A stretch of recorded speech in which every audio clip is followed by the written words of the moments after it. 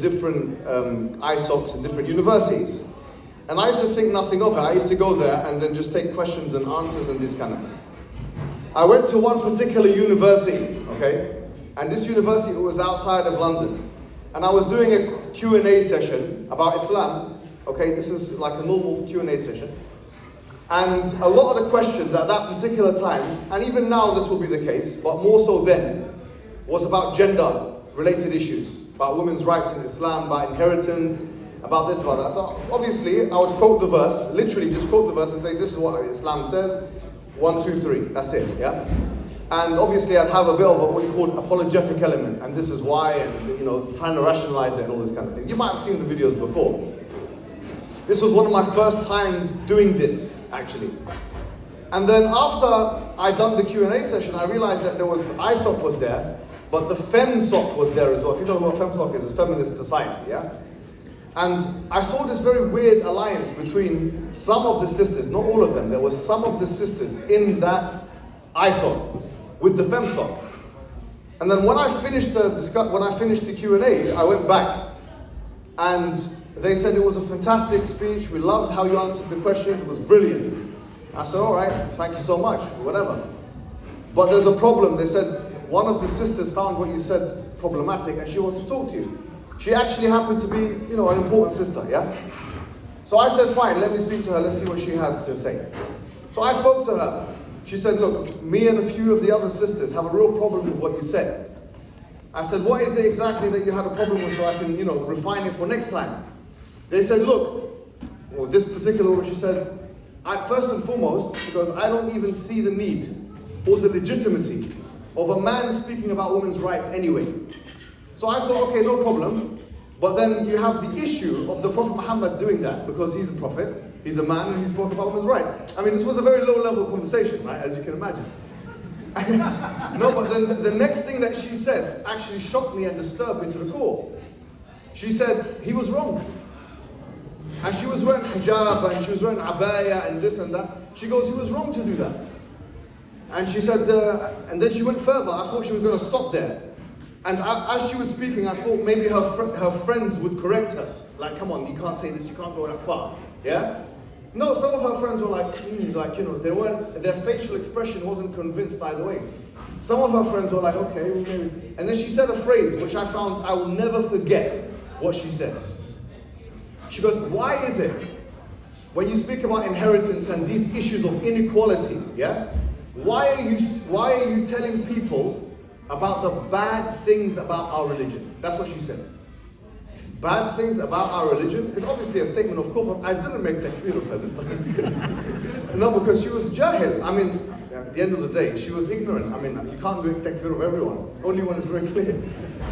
I'm being serious. I am saying. But then, I'll be honest, I went back and I drove back. I'm not going to tell you what university it was. It was like a 3-4 hour drive.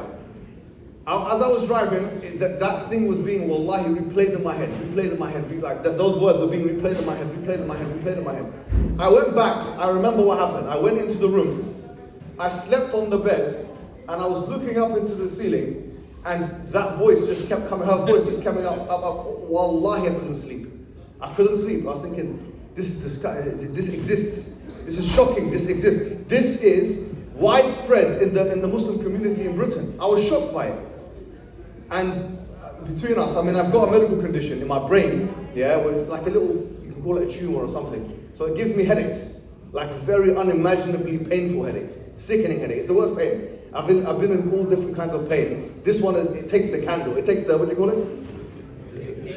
It takes the biscuit, that's the one. Oh, you guys are hungry still, right? Where's the biscuits, brother? Where's the coffees? Get them. Anyway, that's something else.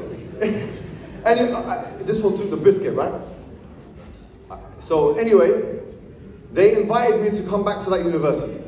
On a serious level, they said, come back to the university. I said, fine.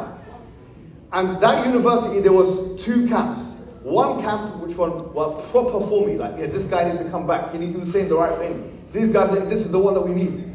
This is what we wanted to hear all the time. He was refuting them intellectually. And this was 6-7 years ago, right? At the time I was doing, I think I just finished my undergraduate or something, right?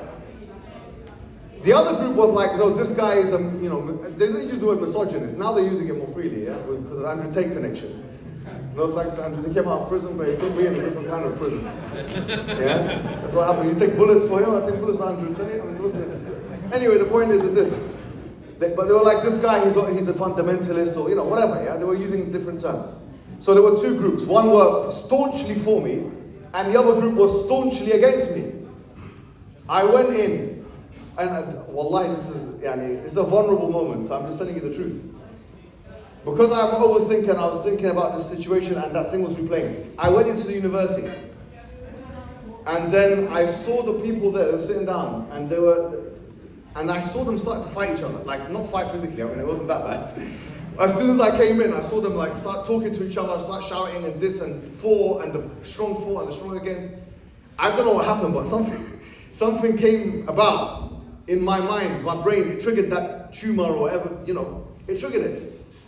And then I started like getting in a physical, it was not a seizure, but like I felt the need to, that thing kept coming about, that she was saying the bad things the Prophet said, the bad things about our religion, that the Prophet was wrong, the bad things about our religion.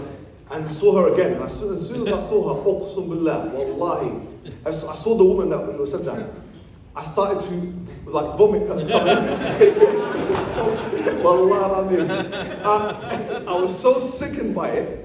Wallahi, this happened, yeah? I looked at, as soon as I saw her face, I'm sure you know what I'm talking about, brother. I'm joking.